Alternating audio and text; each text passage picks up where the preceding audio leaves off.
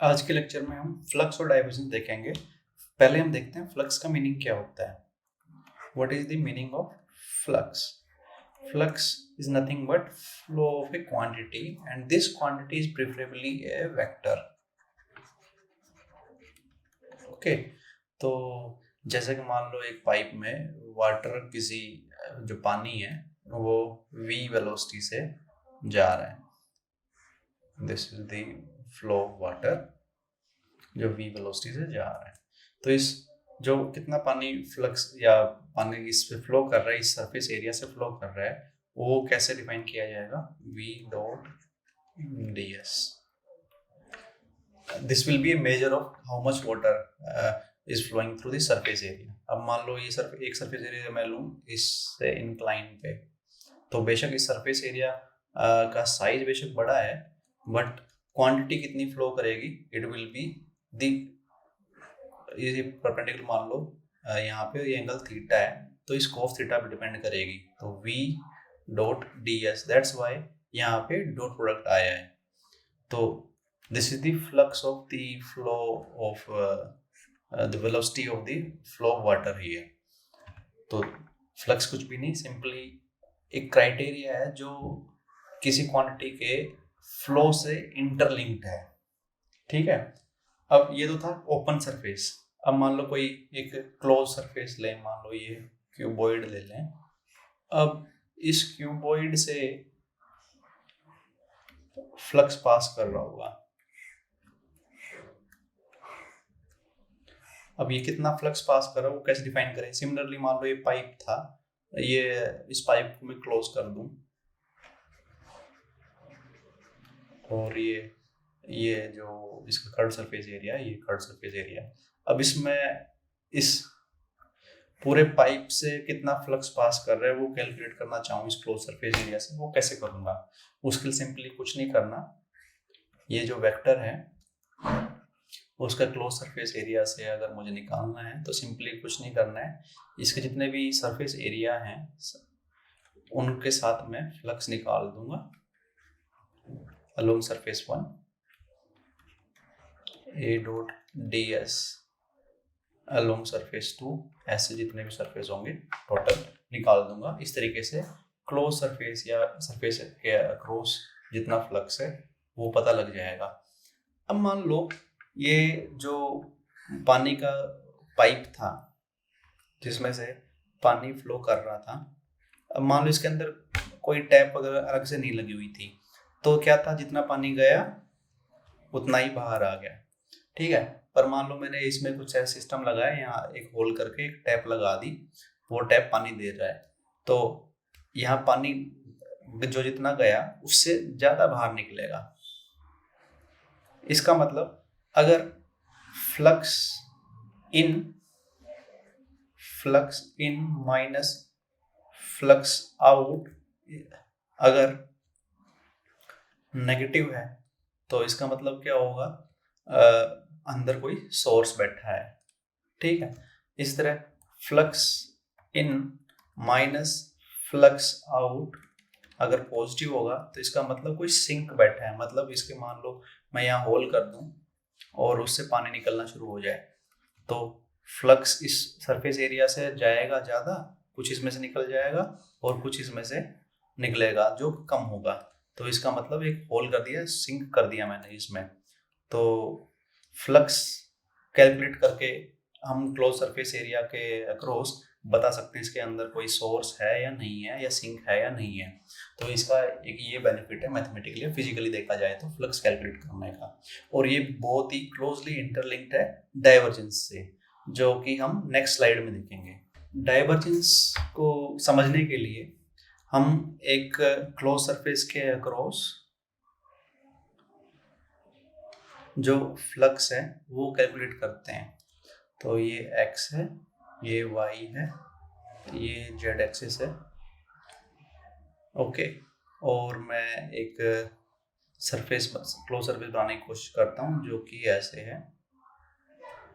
ये front surface है और ये पॉइंट क्या है? x y z, ये पॉइंट। ठीक है, अब मैं माइनस x की तरफ जाऊँगा, डेल्टा x, तो एक अलग सरफेस मिलेगा। सिमिलरली मैं वाई डायरेक्शन में प्लस जाऊंगा डेल्टा वाई, तो वाई प्लस डेल्टा वाई मिलेगा। सिमिलरली जेड डायरेक्शन में अगर मैं ऊपर जाऊंगा तो जेड प्लस डेल्टा जेड, तो दिस इज डेल्टा जेड,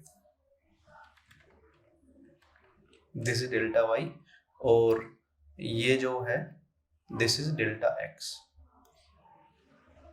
इस तरीके से एक मैंने क्लोज सरफेस बनाया। अब इसमें 6 सरफेसेस हैं। एक ये फ्रंट वाला सरफेस जिसकी डायरेक्शन क्या है, एक्स एक्सिस की डायरेक्शन है, इसको मान लो 1 सरफेस बोलता हूँ। एक 1 डैश सरफेस जिसकी डायरेक्शन क्या होगी, जैसे कि मैंने एक बार पहले ही बताया था कि जो सरफेस नॉर्मल है वो हमेशा आउटसाइड नॉर्मल लेते हैं, ये कन्वेंशन है। तो आउटसाइड नॉर्मल इसका क्या हो गया, माइनस ए एक्स की तरफ हो गया, ये मान लो 1 डैश है। सिमिलरली ये 2 सरफेस हो गया जिसकी डायरेक्शन ए वाई है, और ये 2 डैश सरफेस हो गया जिसकी डायरेक्शन माइनस ए वाई है। सिमिलरली ये थ्री सरफेस हो गया जिसकी डायरेक्शन क्या है, ए जेड है, और ये 3 डैश हो गया जिसकी direction A minus A Z है। तो इस तरीके से मैंने 6 सरफेस डिफाइन कर दिए। प्राइम वाले की डायरेक्शन अपोजिट है, नेगेटिव है, और नॉर्मल वाले की डायरेक्शन पॉजिटिव एक्सिस की तरफ है। ओके, तो मैं अब क्लोज सरफेस के अक्रॉस इसका फ्लक्स निकालने की कोशिश करता हूँ। तो सिंपली क्या होगा, ए dot d S first plus A dot d S 1 dash plus A dot d S 2 plus A dot d S 2 dash plus A dot d S 3 plus A dot d S 3 dash. अब जो vector A है वो उसके 3 component होंगे, ए x जो function हो सकते हैं एक्स वाई जेड के, ए एक्स प्लस ए वाई जो कि फंक्शन हो सकता है एक्स वाई जेड का, ए y plus A Z x Y Z का फंक्शन हो सकता है ए जेड।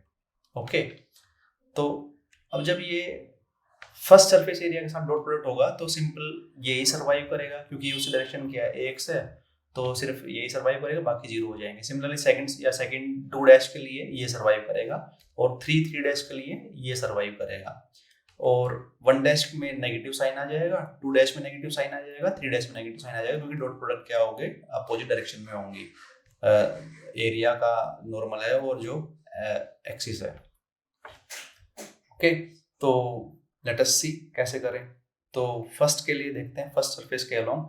फर्स्ट सरफेस के अलोंग देखो ये फर्स्ट सरफेस है, this is the first surface, this is the first surface. इसके अलोंग क्या क्या वेरी कर रहा है, y वेरी कर रहा है और z वेरी कर रहा है, x वेरी नहीं कर रहा। और सिंपल मुझे पता है x कंपोनेंट सर्वाइव करेगा जिसकी वैल्यू जो x पे होगी वो, ठीक है। और ये वेरी क्या कर रहा है, dy dz, ठीक है। दूसरे के लिए क्या होगा, अलोंग सरफेस 1। अब 1 डैश के लिए क्या होगा, माइनस साइन मैंने ले लिया, 1 डैश ए एक्स। अब दूसरा सरफेस कौन सा है, ये पीछे वाला सरफेस है जिसमें x क्या हो गया, x minus x delta x हो गया, तो A at x minus delta x, ठीक है। और वेरी क्या कर रहा है, dy dz। सिमिलरली 2 के लिए लिख सकता हूँ, 2 के लिए मैं यही लिख सकता हूँ ताकि स्पेस बचा रहे, इसमें सिर्फ y होएगा। और 2 सरफेस पे आप देखना y की वैल्यू क्या है, y प्लस वाई डैश है, तो this is y plus delta Y, sorry Y dash नहीं डेल्टा वाई। और वेरी क्या क्या कर रहा है, x वेरी कर रहा है और z वेरी कर रहा है, dx dz।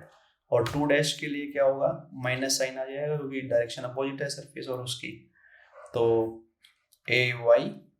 अब 2 डैश पे y प्लस डेल्टा वाई नहीं है, सिंपल y है यहाँ पे, A y d x d z plus 3 के लिए ए जेड सर्वाइव करेगा। और 3 सरफेस पे जेड प्लस डेल्टा जेड है, और वेरी क्या कर रहा है, y कर रहा है और x कर रहा है, जेड प्लस डेल्टा जेड है, और वेरी क्या कर रहा है, x और y।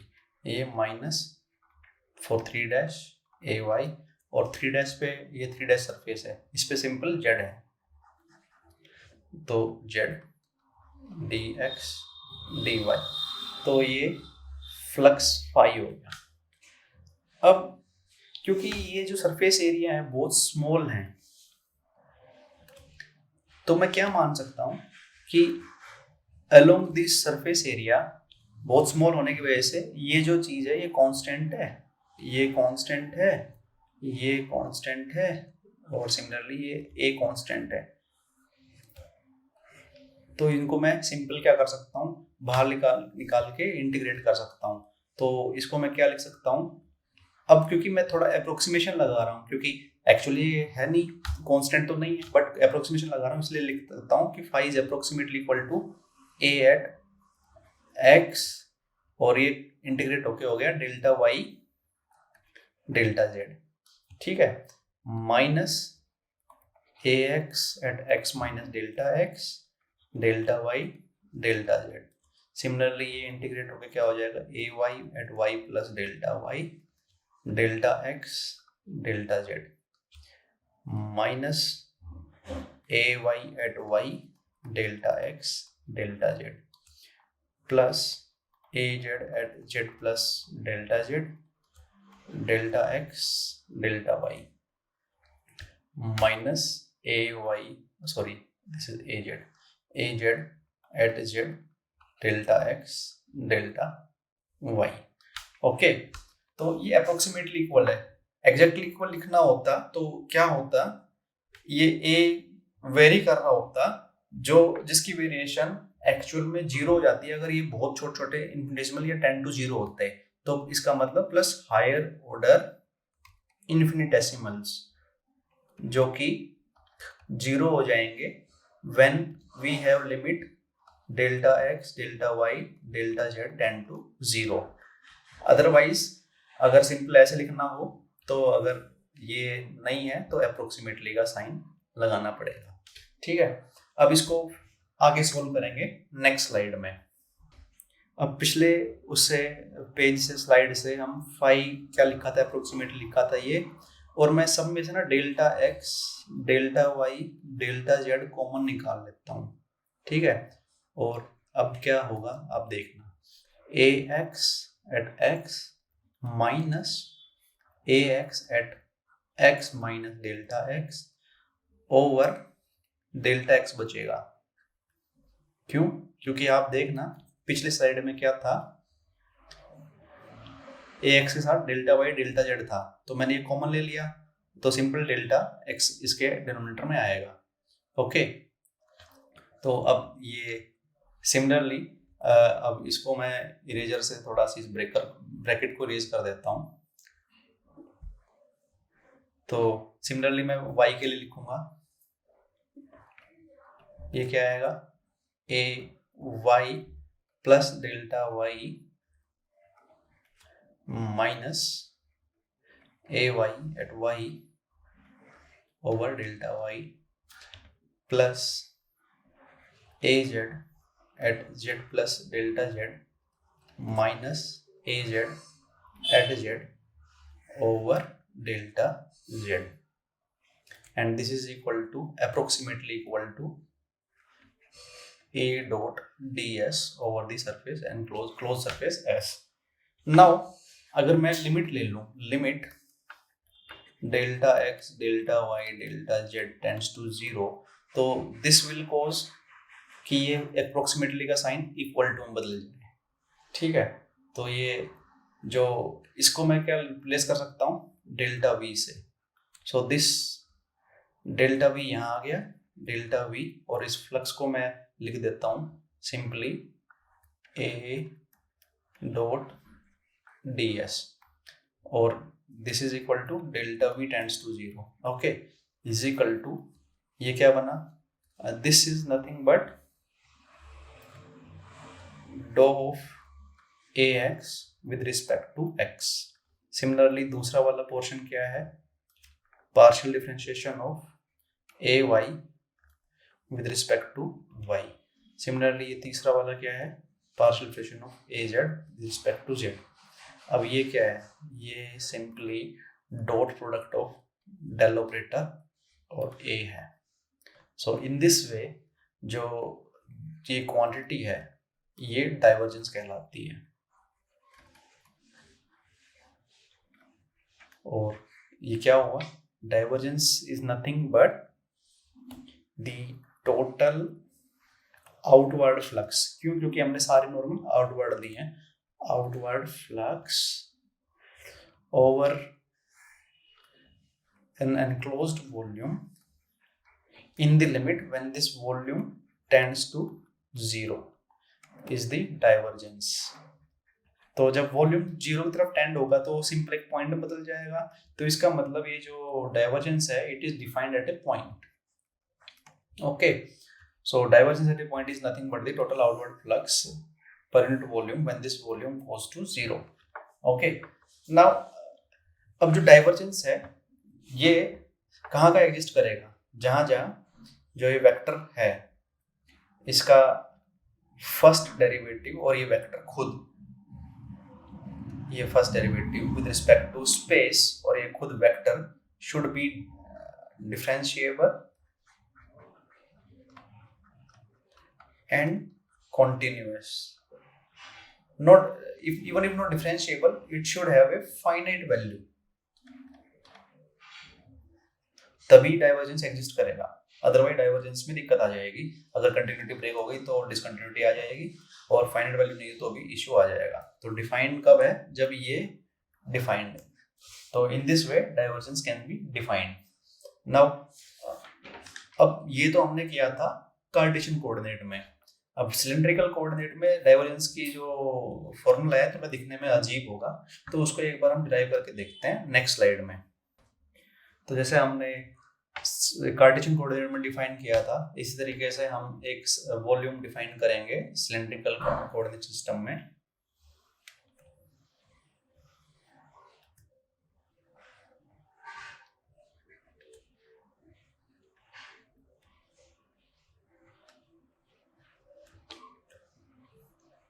अब ये एक मैं डिफाइन करने की कोशिश करता हूँ।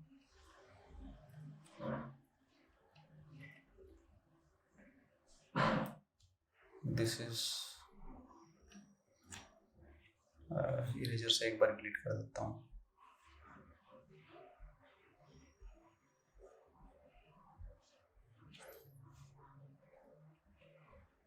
So this is equal to delta z and this is RD phi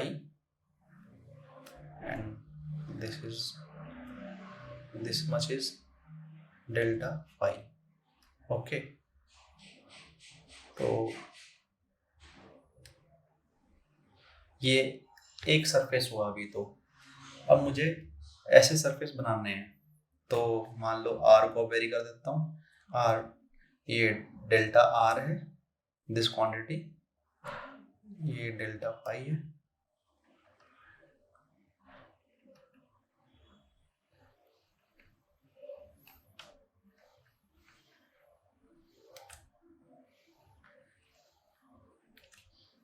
तो इस तरीके से सरफेस डिफाइन हो जाएगा, वॉल्यूम डिफाइन हो जाएगा सिलेंड्रिकल कोऑर्डिनेट सिस्टम में। तो अब आप देख सकते हैं कि इसमें भी ऐसे सरफेस हो गए, 6 सरफेस हो गए, बट सरफेस अब रेक्टेंगुलर नहीं, कुछ सरफेस कर्विलिनियर भी हैं। ये कितना हो गया? R plus delta R into delta Y. Similarly ये कितना है? डेल्टा Z है। ये कितना है? डेल्टा R है। और ये कितना है? R डेल्टा फाई है। और ये कितना है? डेल्टा Z है। और ये कितना है? डेल्टा R है। तो इस तरीके से मैंने सारी साइड्स इसकी बता दी हैं। तो इसमें देखो delta R delta Z very कर रहा है, सिमिलरली इसमें delta R delta Z very कर रहा है। तो फर्स्ट सरफेस लेके चलते हैं हम R की तरफ से, जो AR के डायरेक्शन में होगा। तो ये जो सरफेस है ये AR के डायरेक्शन में होगा, इसको फर्स्ट सरफेस मान लेता हूँ। अब इसके अपोजिट में जो पीछे सरफेस है इसकी डायरेक्शन क्या होगी, माइनस ए आर होगी, और इसको 1 डैश मान लेते हैं। अब फाई की डायरेक्शन में कौन सरफेस है, ये वाला सरफेस है, इसकी डायरेक्शन फाई है, ये 2 है, और इसकी डायरेक्शन क्या है, माइनस फाई है, ये 2 डैश है। अब तीसरा सरफेस बच गया सिंपल, ये ऊपर वाला, ये थर्ड सरफेस की डायरेक्शन ए जेड है, ये 3 डैश है, इस डायरेक्शन क्या होगी, माइनस ऑफ ए जेड। तो ऐसे 6 सरफेस फिर से डिफाइन हो गए। तो फिर से मैं फ्लक्स निकालता हूँ, क्यों, क्योंकि डाइवर्जेंस की डेफिनेशन क्या है, डाइवर्जेंस की डेफिनेशन है A dot d s over the volume delta v when delta v tends to 0। तो मुझे निकालना ही पड़ेगा ये A dot d s over this enclosed volume और this total close surface S. Okay, वो कैसे करें, तो सिंपली वही A dot d s surface 1 plus A dot d s surface 1 dash plus A dot d s surface 2, a dot ds surface 2 dash, similarly a dot ds surface 3, a dot ds surface 3 dash। अब a जो vector है उसके 3 component होंगे, a r in direction of a r plus a phi plus a z। अब जो first surface है उसके लिए सिर्फ ये सर्वाइव करेगा, फर्स्ट 1 और 1 डैश के लिए 1 डैश में साइन नेगेटिव हो जाएगा, क्यों, क्योंकि इस डायरेक्शन ए आर की तरफ है, तो डॉट प्रोडक्ट में सिर्फ ये सर्वाइव करेगा। 2 और 2 डैश के लिए सिर्फ ये सर्वाइव करेगा, 3 डैश के लिए ये सर्वाइव करेगा। ओके, तो अब लेट अस सी कैसे करें। तो ये निकालने की कोशिश करते हैं फॉर फर्स्ट सरफेस क्या होगा, तो फर्स्ट सरफेस में क्या है, ए आर बचेगा, और इसमें वेरी क्या कर रहा है, ये फाई वेरी कर रहा है और जेड वेरी कर रहा है, तो A R at are plus delta R, क्यों, क्योंकि यहाँ पे आर की वैल्यू क्या है, आर प्लस डेल्टा आर है, इनटू वेरी क्या कर रहा है, फाई वेरी कर रहा है, तो R plus delta are delta phi into delta Z, dot product नहीं है, इनटू है। ओके, तो ये फर्स्ट सरफेस के लिए हो गया। अब सेकंड 1 डैश सरफेस के लिए माइनस साइन आ जाएगा, और A R at just R only, क्यों, क्योंकि यहाँ पे आर की वैल्यू आर है, और ये R delta phi delta Z, ये 1 डैश के लिए हो गया। सिमिलरली 2 के लिए क्या आएगा, सरफेस 2 ये पीछे वाला है, ये वाला सरफेस है, इसी डायरेक्शन 2 की तरफ है। अब इसमें सर्वाइव क्या करेगा, सिर्फ ए फाई सर्वाइव करेगा, और यहाँ वेरी क्या क्या कर रहा है, यहाँ वेरी कर रहा है आर और जेड, तो और फाई की वैल्यू क्या है, फाई प्लस डेल्टा फाई है, delta R delta z, minus 2 dash के लिए क्या आएगा, माइनस साइन आ जाएगा, और ए फाई सर्वाइव करेगा, फाई की वैल्यू फाई है, डेल्टा आर डेल्टा जेड। अब थर्ड सरफेस कौन सा है, ये जेड डायरेक्शन में, ये वाला, ठीक है, यहाँ वेरी क्या कर रहा है, फाई वेरी कर रहा है और आर वेरी कर रहा है, तो थर्ड के लिए सर्वाइव क्या करेगा, जेड कंपोनेंट, और वेरी क्या कर रहा है, तो ये, और यहाँ पे जेड की वैल्यू क्या होगी, Z plus delta Z. Okay, और इसमें ये डेल्टा आर वेरी कर रहे हैं और आर डेल्टा फाई वेरी कर रहा है, ठीक है। और सिमिलरली इस 3 डैश के लिए माइनस साइन आएगा, A z r delta phi delta r. तो इस तरीके से ये 6 इंटीग्रेशन कर दी, and this is equal to the total flux enclosed.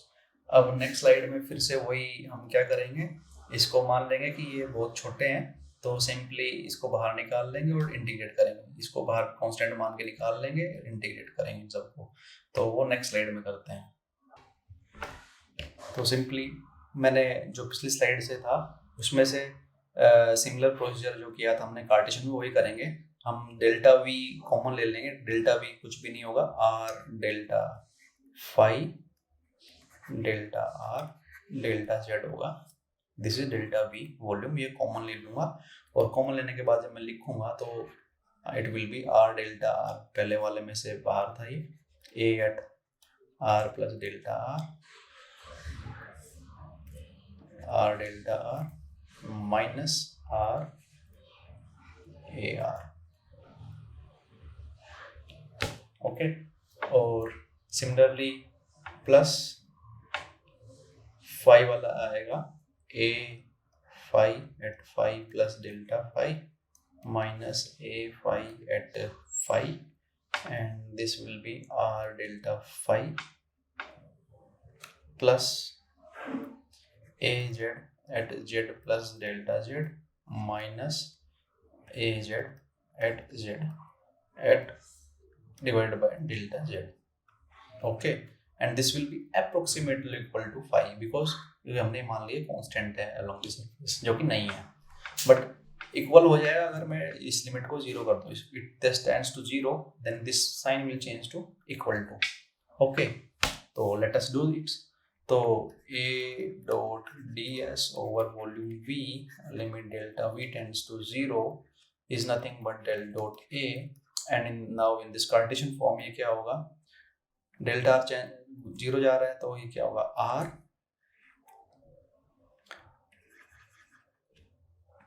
Are A R do by do R, R तो कॉमन आ गया, ये आर कॉमन, ये A R at are plus delta are minus A R at R delta R, this is nothing but do by do R डे R A are. Okay, तो यही मैंने लिखा है। सिमिलरली प्लस में क्या आएगा, plus 1 by r dou of a phi with respect to phi plus dou by dou z of a z। तो सिंपली डेल डॉट ए क्या आ गया in cylindrical coordinate system is 1 by r dou r of r a r plus 1 by r dou phi dou a phi plus dou y dou z of a z। Okay, where a is nothing but ar plus a phi plus a z। तो in this way हमने cylindrical coordinate system में ये calculate कर लिया। इस तरीके से spherical coordinate system में भी कर सकते हैं, बट वो क्योंकि उसमें और मेट्रिक कोएफिशिएंट ज़्यादा है तो थोड़ा लेंथी हो जाएगा, बट प्रोसीजर सेम है। तो नेक्स्ट स्लाइड में मैं एक सिंपल फॉर्मूला लिख देता हूँ जो कि जनरल फॉर्मूला है, जैसे कि मैंने ग्रेडियंट की तरह लिखा था, इसमें अब मैं डाइवर्जेंस के लिए एक जनरल फॉर्मूला लिख देता हूँ। तो जनरल फॉर्मूला क्या होगा, divergence of A vector in any coordinate system can be written as 1 by h1 h2 h3 जो कि मेट्रिक कोफिशिएंट है of that thing, dou by dou u1 of h2 h3 a1 plus dou by dou u2 h1 h3 a2 plus dou by dou u3 h1 h2 a3। अब spherical coordinate system में h1 क्या होगा 1, spherical में u1 r है, u2 theta है और u3 phi है। तो h1 ये था, h2 r है और h3 क्या है r साइन थीटा है। तो स्फेरिकल कोऑर्डिनेट सिस्टम में सिंपली मैं लिखना चाहूँ तो क्या लिखूंगा, 1 by r square sin theta dou by dou r H2H3 is r square sin theta AR plus dou by dou theta H1 H3. H1 is 1 and H3 is r sin theta A2, and this will be dou by dou phi of H1 H2 r A Z theta phi. So in this way हम इस फॉर्मूले को use करके divergence किसी भी coordinate system में निकाल सकते हैं। तो इस तरीके से हमने डाइवर्जेंस कैलकुलेट कर लिया। अब नेक्स्ट लेक्चर में हम कर्ल डिराइव करेंगे, फिर उसके बाद दो थ्योरम है, divergence and curl Stokes theorem, वो देखेंगे। अगर आपको ये लेक्चर पसंद आया तो प्लीज़ मेरे चैनल को शेयर और सब्सक्राइब जरूर करें और लाइक भी करें वीडियो को। और हमने एक डाउट डिस्कशन के लिए टेलीग्राम चैनल बना रखा है जिसका लिंक हमने शेयर कर रखा है इसकी डिस्क्रिप्शन में। Thank you.